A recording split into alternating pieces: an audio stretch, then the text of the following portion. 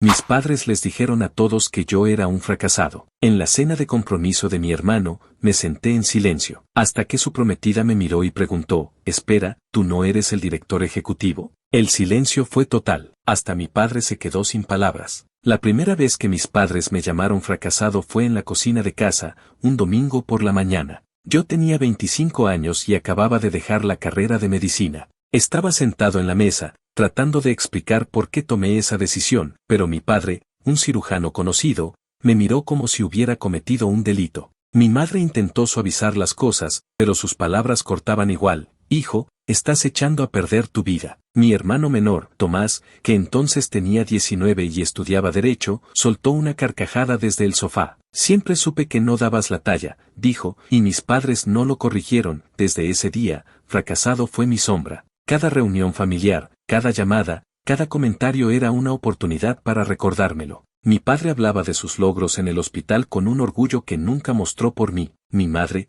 con un tono de lástima, preguntaba, «¿Y qué haces ahora, Diego? ¿Sigues con tus ideas?». Tomás era el hijo estrella, aunque cambiaba de trabajo cada 6 meses como si fuera un hobby. Para ellos, él era el exitoso, y yo, el espíritu libre sin dirección. Al principio, sus palabras me dolían. Quería gritarles que no era un fracaso, que estaba trabajando en algo importante, pero ¿cómo explicas un sueño que apenas está formándose? Me callé. Decidí que no necesitaba su aprobación. Me mudé a un apartamento pequeño en la ciudad, corté contacto con ellos lo más que pude y me puse a trabajar en mi startup. No fue fácil. Los primeros años fueron duros, noches sin dormir, ahorros que desaparecían, ideas que no cuajaban. Pero poco a poco, mi empresa empezó a crecer. Era una app que conectaba freelancers con negocios pequeños, algo sencillo pero útil. Luego llegaron los inversionistas, los contratos, las oficinas. A los 30, mi empresa tenía cientos de empleados y generaba millones al año. Yo era el director ejecutivo, pero para mi familia, seguía siendo el Diego que dejó medicina. No les conté nada. No porque quisiera sorprenderlos, sino porque no creía que les importara. Cuando hablaba con ellos, preguntaban por mi trabajito con un tono que me hacía querer colgar. Así que dejé de intentarlo. Iba a las reuniones familiares, soportaba sus críticas y seguía con mi vida. Pero la cena de compromiso de Tomás cambió todo. Era un viernes por la noche, en un restaurante caro que mis padres reservaron. Mesas con manteles blancos, luces suaves, el tipo de lugar donde todo cuesta un ojo de la cara. Tomás estaba en el centro, con su sonrisa engreída, como si fuera el dueño del lugar. A su lado estaba Laura, su prometida, una mujer que apenas conocía, pero que me había llamado la atención desde que la vi. No voy a mentir, cuando la conocí en una reunión de trabajo un mes antes, me pareció atractiva. Tenía unos ojos que parecían ver más allá de lo evidente, y una calma que contrastaba con la arrogancia de mi hermano. En esa reunión, yo estaba presentando los números del trimestre, y ella estaba en el fondo, tomando notas. No hablamos, pero note que me miraba un par de veces. No le di importancia entonces, pero ahora, viéndola en la cena, no podía evitar recordarlo. Mis padres estaban radiantes, hablando del futuro brillante de Tomás y de cómo Laura era la pareja ideal. Yo, como siempre, estaba en una esquina, con un vaso de agua, tratando de no destacar. No era nuevo sentirme fuera de lugar. Mis padres siempre encontraban la manera de hacerme sentir menos. Esa noche, mientras servían la comida, mi padre empezó a hablar del nuevo trabajo de Tomás en una empresa innovadora. «Está subiendo rápido», dijo, con un orgullo que nunca me dedicó. Tomás asintió, hablando de cómo estaba transformando el equipo de ventas. Sonreí para mis adentros. Sabía exactamente dónde trabajaba. En mi empresa, no dije nada. Comí mi comida en silencio, ignorando las miradas de mi madre, que parecían decir, «¿Por qué no puedes ser como tu hermano?». Los demás invitados, tíos, primos, amigos de la familia, alababan a Tomás como si fuera un genio. Laura, en cambio, estaba más callada. La pillé mirándome un par de veces, pero pensé que era curiosidad o lástima. Mis padres se habían encargado de que todos supieran que yo era el desastre de la familia. Todo cambió durante el postre. Mi padre estaba dando un discurso sobre cómo Tomás y Laura eran el futuro, cuando Laura me miró directamente y dijo, «Espera, ¿tú no eres el director ejecutivo de la empresa donde trabaja Tomás?». El silencio fue absoluto. Las copas dejaron de sonar, las risas se apagaron y todas las miradas se clavaron en mí. Hasta mi padre, que nunca se quedaba sin palabras, se quedó con la boca abierta. Sentí un calor en el pecho, no de vergüenza, sino de algo que no había sentido en años: control. Laura me miraba con sorpresa, como si acabara de resolver un misterio. Te vi en una reunión, dijo, ignorando el silencio incómodo. Estabas presentando los resultados del trimestre. Eres Diego, ¿verdad? El CEO, el aire se puso denso. Mi madre parpadeó, confundida. Mi padre frunció el ceño, como si no pudiera procesarlo. Pero lo que vino después me sorprendió aún más. Mi madre, con los ojos brillando, se inclinó hacia mí y dijo, entonces, ¿cuánto ganas, Diego? Mi padre asintió, como si de repente yo fuera digno de su atención. ¿Eso significa que la empresa es tuya? ¿Cuánto vale eso? Me quedé helado. Después de años tratándome como un fracaso, ahora les interesaba mi dinero. No mi trabajo, no mi esfuerzo, solo los números. Sentí una mezcla de rabia y satisfacción. Por primera vez, ellos estaban en desventaja. Sí, dije, con voz firme. Soy el CEO de la empresa donde trabaja Tomás. Hice una pausa, dejando que las palabras calaran. Y, Tomás, si sigues llegando tarde y entregando reportes a medias, no voy a dudar en despedirte. No me importa si eres mi hermano, la mesa estalló en murmullos. Mi madre me miró como si hubiera cruzado una línea. Mi padre, rojo de ira, empezó a hablar de respeto familiar. Pero yo no escuchaba. Había pasado años aguantando sus críticas, sus burlas, su desprecio. Ahora era mi turno de poner las cosas en su lugar, no soy de los que buscan vengarse. No quería humillar a mi familia ni hacer un espectáculo. Pero después de tanto tiempo siendo el blanco de sus comentarios, no iba a dejar pasar la oportunidad. Tomás, con su ego desmedido, necesitaba entender que no era intocable. Mis padres, que siempre me vieron como un error, necesitaban ver que estaban equivocados. Y yo necesitaba recordarme que no era el fracasado que ellos creían. Laura me miró con una sonrisa pequeña, casi como si supiera lo que significaba ese momento para mí. No sé si fue porque trabajaba en mi empresa o porque simplemente era más observadora, pero sentí que tenía una aliada. Me levanté de la mesa, sin decir más. No hacía falta. Los murmullos de los invitados llenaban el aire, y mis padres seguían tratando de entender qué había pasado. Salí del restaurante, el aire fresco me golpeó la cara, y me quedé en la acera, mirando las luces de la ciudad. Por primera vez en mucho tiempo, me sentí libre. No de mi familia, sino de sus palabras. Había construido algo grande, algo que ellos nunca imaginaron. Y ahora, lo sabían. El lunes, cuando volví a la oficina, me preparé para lo inevitable. Tomás trabajaba en el equipo de ventas y aunque no lo había admitido en la cena, su desempeño era un desastre. Llegaba tarde, entregaba reportes incompletos y actuaba como si el trabajo fuera un favor que le hacía a la empresa. Hasta ese momento, lo había tolerado porque no quería mezclar la familia con los negocios. Pero después de la cena, algo cambió. No iba a dejar que su actitud pusiera en riesgo lo que había construido. Esa mañana, lo llamé a mi oficina. Estaba en el último piso, con paredes de vidrio y una vista de la ciudad que me recordaba cuánto había luchado para llegar ahí. Cuando Tomás entró, traía esa sonrisa arrogante que siempre usaba para salirse con la suya. ¿Qué pasa, jefe?, dijo, con un tono que intentaba ser bromista pero sonaba forzado. Me miro como si esperara que todo fuera una broma, como si la advertencia en la cena no hubiera sido en serio. Siéntate, dije, señalando la silla frente a mi escritorio. No sonreí. No quería que pensara que esto era una charla de hermanos. Tenemos que hablar de tu rendimiento. Su sonrisa se desvaneció. ¿Mi rendimiento?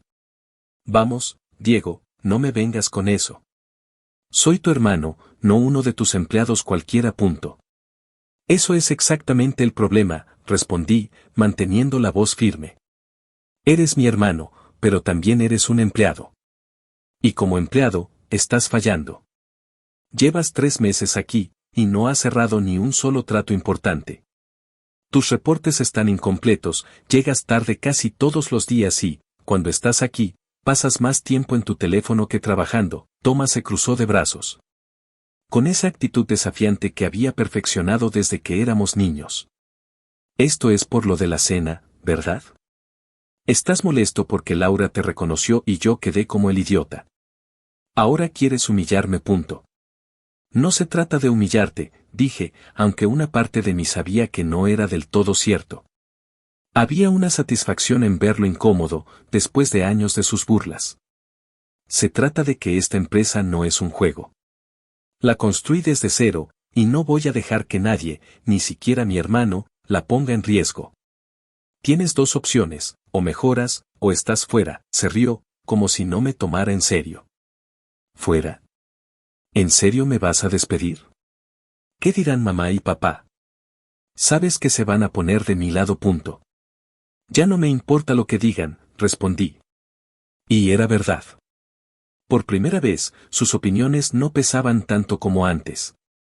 Tienes una semana para mostrar resultados. Si no, estás despedido. Thomas salió de mi oficina dando un portazo. Sabía que no iba a cambiar. Y, efectivamente, no lo hizo.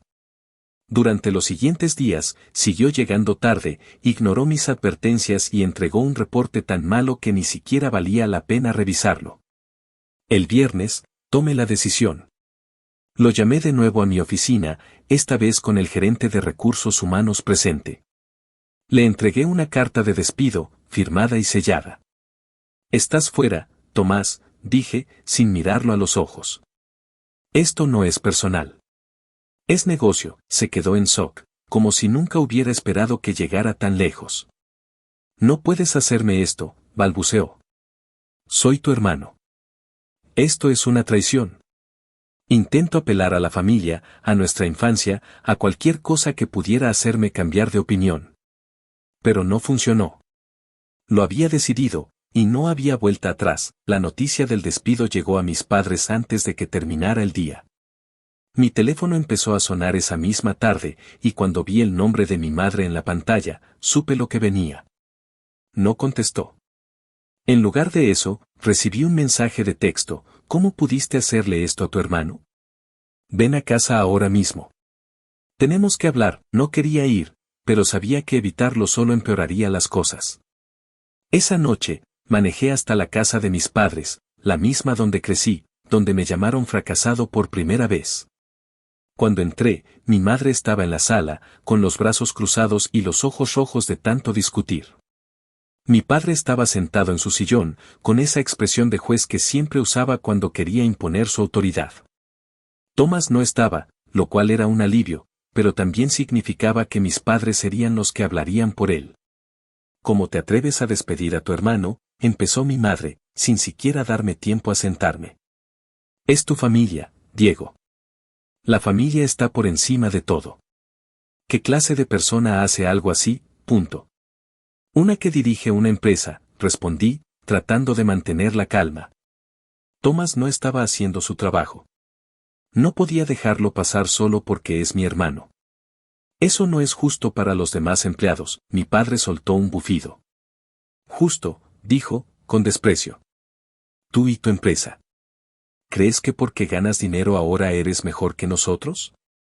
Thomas está empezando, necesita tiempo. No puedes simplemente tirarlo a la calle. No lo tire a la calle, dije, sintiendo que la rabia empezaba a crecer. Le di una oportunidad. Le dije que mejorara, y no lo hizo. Si lo mantengo, estoy perjudicando a la empresa que construí. ¿Eso es lo que quieren? ¿Que tire todo por lo que he trabajado solo para proteger a Tomás? Mi madre se puso de pie, señalándome con el dedo. No se trata de tu empresa, Diego. Se trata de lealtad. Nosotros te apoyamos toda tu vida, y ahora que tienes éxito, así nos pagas. ¿Humillando a tu hermano? Eso fue demasiado.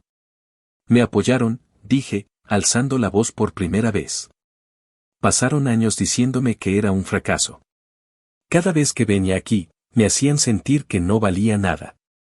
¿Y ahora quieren hablar de lealtad?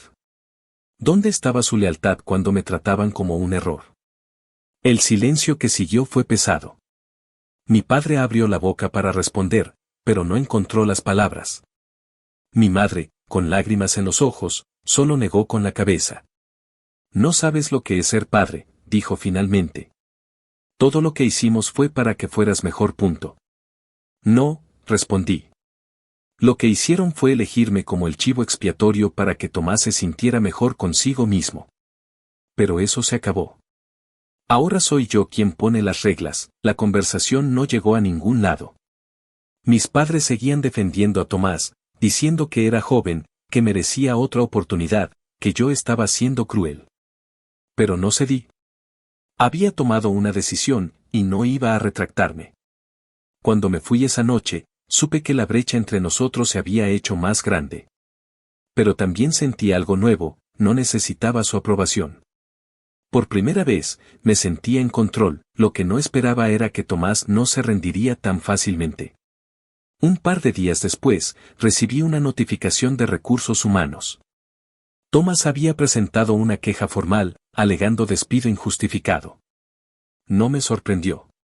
Siempre había sido de los que buscan atajos, y esto era típico de él.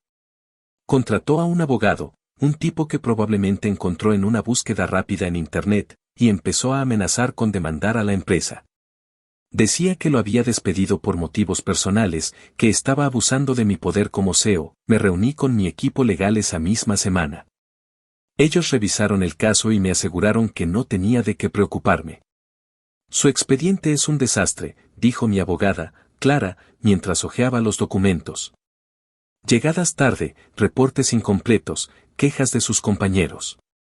Todo está documentado. No tiene caso. Pero aún así, la situación me molestaba.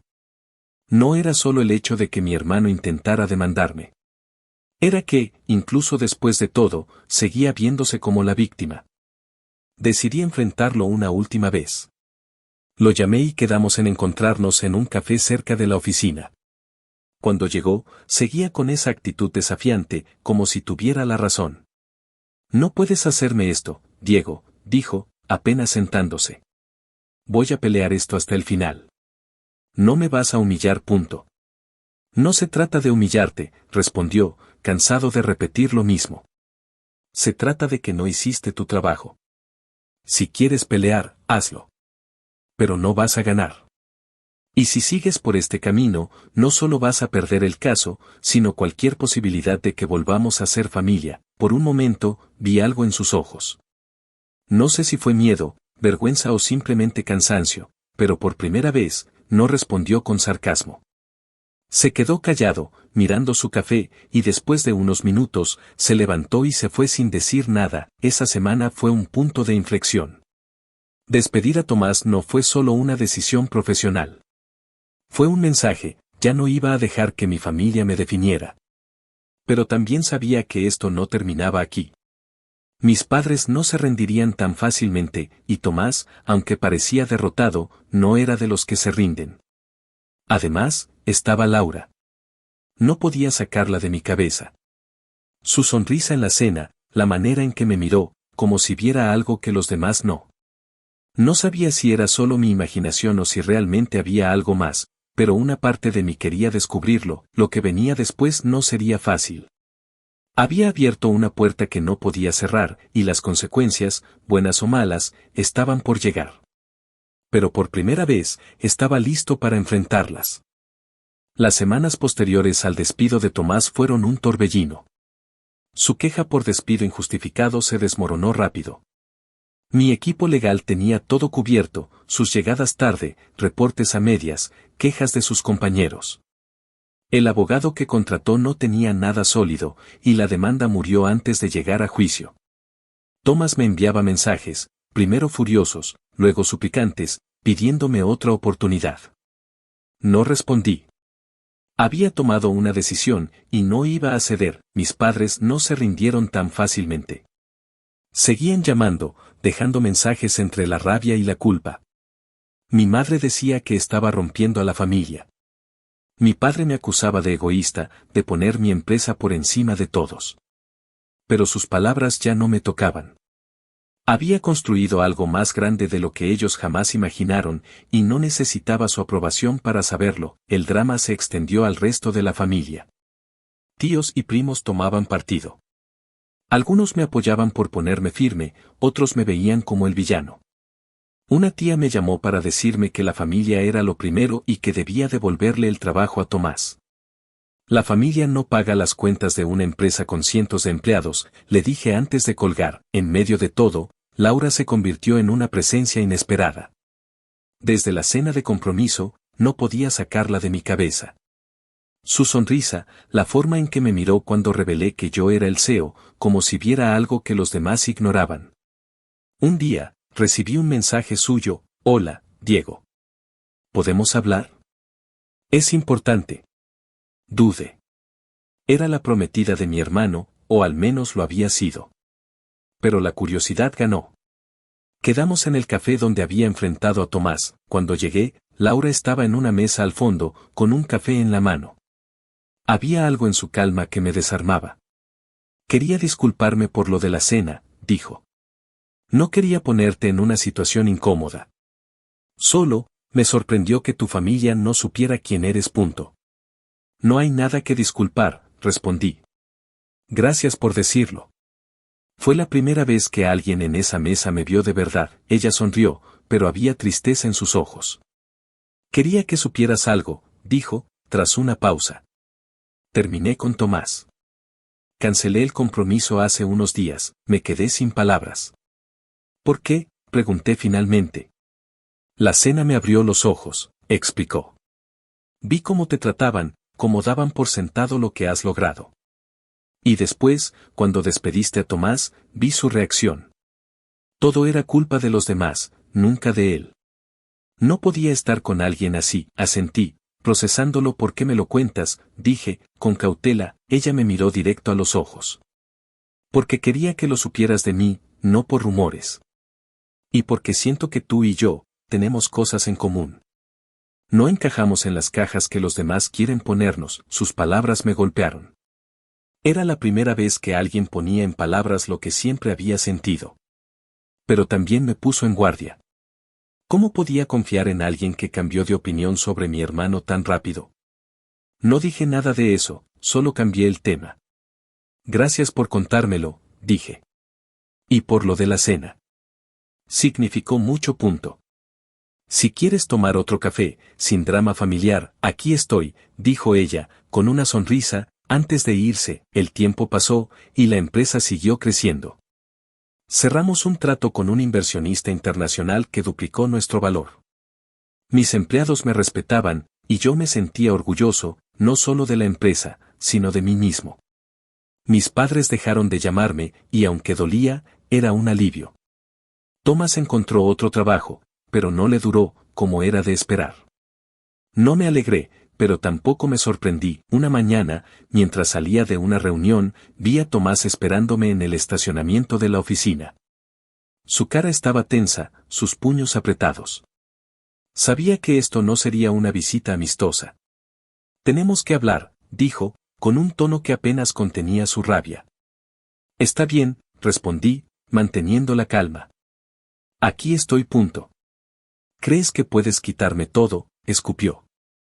«Primero el trabajo, y ahora Laura. ¿Qué sigue, Diego? Vas a arruinarme la vida por completo». Me quedé helado. «¿Laura? No he hecho nada con ella. Solo hablamos una vez. Punto». «No mientas», gritó. «La vi salir de aquí hace unas semanas. Sé que están hablando. ¿Crees que no me doy cuenta? Primero me humillas en la cena, luego me despides, y ahora vas por mi prometida. Punto». «No voy por nadie», dije, sintiendo la rabia crecer. «Laura terminó contigo porque no quiso seguir con alguien que no asume sus errores. No tiene nada que ver conmigo. Y si quieres culpar a alguien por lo del trabajo, mírate al espejo. No hice esto para humillarte. Lo hice porque no estabas haciendo tu parte». Tomás dio un paso hacia mí, y por un segundo pensé que me golpearía. Pero se detuvo, respirando pesado. «Siempre fuiste el débil», dijo, con veneno. «El que se rindió con medicina, el que todos pensábamos que no llegaría a nada. ¿Y ahora, qué? ¿Crees que eres mejor que yo porque tienes dinero?»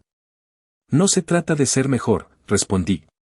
«Se trata de que construya algo, mientras tú sigues buscando excusas. Si quieres pelear por Laura, hazlo con ella.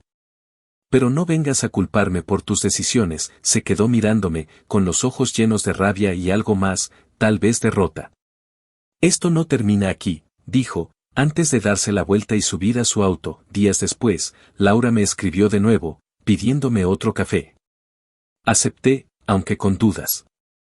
Nos encontramos en el mismo lugar, y esta vez la conversación fue diferente. Hablamos de cosas simples, libros, películas, planes para el futuro.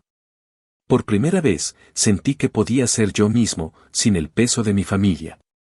Pero la duda seguía ahí. Laura había dejado a Tomás tan rápido, ¿cómo podía estar seguro de que no haría lo mismo conmigo?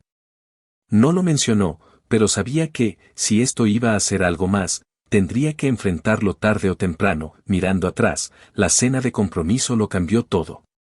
Me obligó a verme como algo más que el fracasado que mi familia creía. Era Diego, el hombre que construyó una empresa desde cero, que enfrentó a su familia y salió más fuerte. Y aunque el camino con Laura apenas comenzaba, con todas sus complicaciones, estaba listo para ver a dónde llevaba. Había roto las cadenas de mi pasado, y eso era mi verdadera victoria.